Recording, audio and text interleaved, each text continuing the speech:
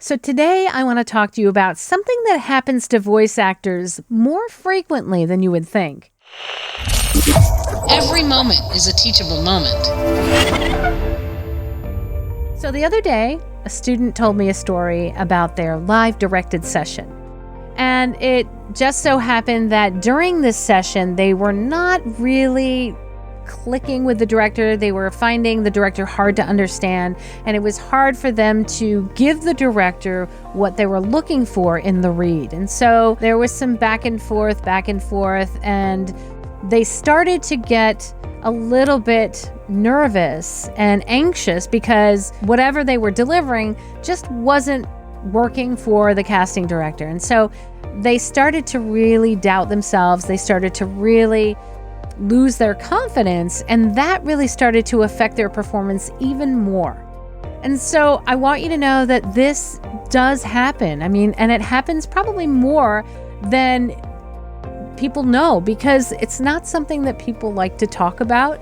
And even with it's happened to myself, even with experienced voice actors, I have had a session where I just wasn't able to provide what the casting director was looking for. I was having a hard time understanding. And so when that happens, a couple of things you can do is, number one, take a breath, relax.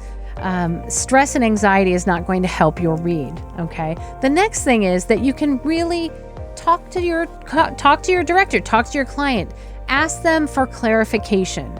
Perhaps you can give them a couple of different examples. And that there's absolutely nothing wrong with asking questions or asking for clarification.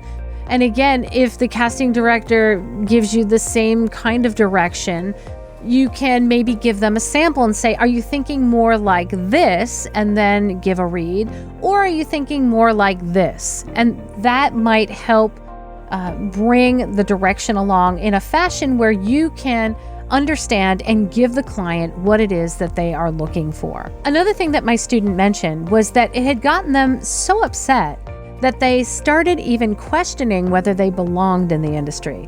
Now, back in the beginning of my first foray into voiceovers, I remember getting to a point where I was so frustrated. I was auditioning, I wasn't booking anything, and I started to lose my confidence. And I too started to question, is this even something? Is this a place? Is this the industry that I should be in? And I'll tell you what, it's not a fun place to be. So I want you to know that it's perfectly normal for all of us to have self-doubt.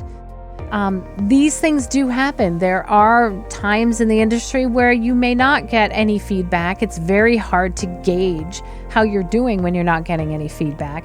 And sometimes when you do get feedback that isn't positive, that's a very hard pill to swallow, especially because our voices are so very personal to us. It's very much a personal brand. And so it's really hard not to become upset or take it very personally. But I want you to know that it's okay. It happens. Don't let it affect your psyche so much that you feel as though you don't belong in the industry.